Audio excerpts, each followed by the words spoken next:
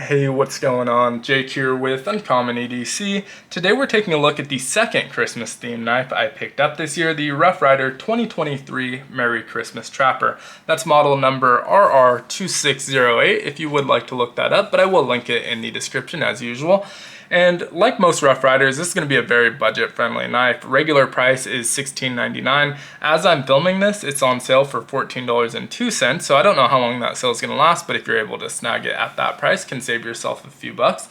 And I did want to show off this box art because, one, I think it looks really good.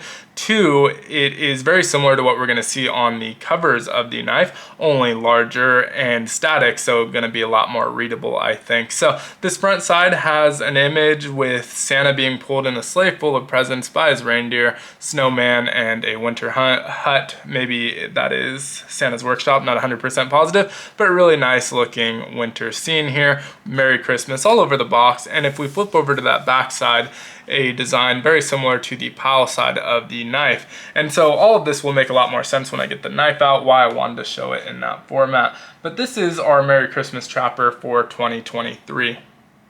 Now it has acrylic covers that are covering a lenticular art design. And so what that means is that the image actually changes. The image that you see changes based on the angle that you're viewing it. And so on our show side, we have 3 different images, and on our pile side, we have 2 different images.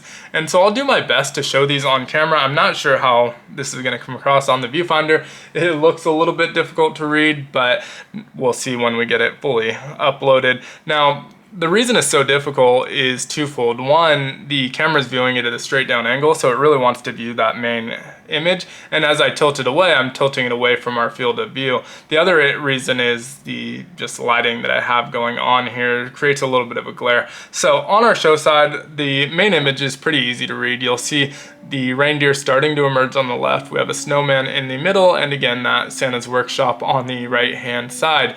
And then as we tilt this, and I'm not sure how much easier that is to read without the glare, but as we tilt this, Santa's starting to pass the snowman.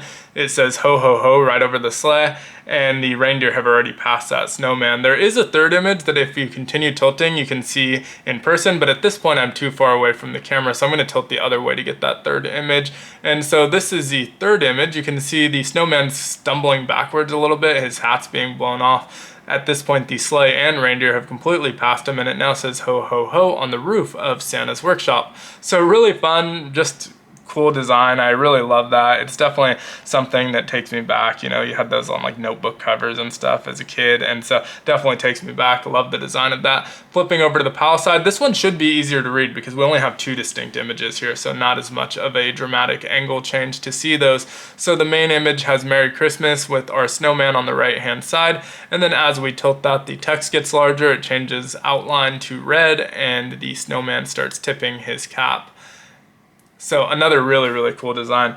Now, as far as the rest of this knife goes, this is a standard Rough Ryder Trapper. So if you have other Rough Ryder Trappers, you know exactly what to expect. I picked this one up as a collectible, but would have no problem really using it. And so as far as fit and finish goes, we have these nickel silver bolsters and pins that look great. Everything about the cover is completely flush. All those pins are flush and really, really well done. Flipping over to the spine of the knife, we do have brass liners, and there is some minor gapping between our clip point spring and the middle brass liner. And so nothing too significant, nothing that's really bothering me, but it is a visible gap there. And then flipping over onto our pile side, really nothing of significance. Everything's very well done over here as well. Looking at our blade centering, this is another thing that I did want to point out. Our clip point blade is completely centered. Our Spey Blade is favoring the show side, and that does add a little bit of a significance because when we're opening this, apply a little bit of pressure to the blade. That can create some blade rub, which we'll see in a moment here. And it's not really present on the closing, but on the opening, if you're not careful, you're definitely going to be rubbing up against that liner. Now, as far as the opening on these, we do have match strike pulls. You can see there's 2 on each blade. Our clip point is right hand opening, whereas our Spey Blade is left hand opening. So we'll start with that clip point. The action on this is pretty good. The pull's not extremely heavy, maybe a 4.5 or so. Not extremely heavy, but nice and snappy. and very satisfying click on them. And so it's definitely on the lighter side, but it still feels very good. We do have a blade etch on this clip point. We have Merry Christmas in cursive with an exclamation point. And I'm not usually a huge fan of blade etches, but I think on like novelty type knives, collector type knives, certain limited editions and things like that, it makes a lot of sense. And so here I do think it makes a lot of sense. So definitely don't mind seeing it there. And I think it looks good overall. We have our RR Tang stamp on the main side, and then flipping it over, we do have the model number and China over here. 440A stainless steel on both of these blades, and the blade itself is a little over 3 inches. In our closed position, we're looking at about 4.15 inches. Moving over to the Spey Blade, we have about the same blade length. I think it's around 3.1 inches. And same thing, left-handed opening this time, but we still have 2 of those matte strike pulls. And the pull on this one's just slightly heavier, but just barely. It might be getting to a 4.75, maybe a 5, but not significantly heavier. This one also features a blade etch, but it's going to be on our show side. I almost think it might have made sense to put it on this side, so when you use that left-hand opening, that's the first thing you see. But it is on the same side as our other blade, which also I guess makes sense. This one just has the Rough Ryder logo. Not as big a fan of it on this blade, but also doesn't really bother me. Nice swedge on that Spey Blade. And if you look closely, you may be able to see some of that blade rub. So there's some scratches right here where that rubs on the liner if you apply too much pressure. Now you can definitely be very cognizant of that, very careful, and make sure that it doesn't happen.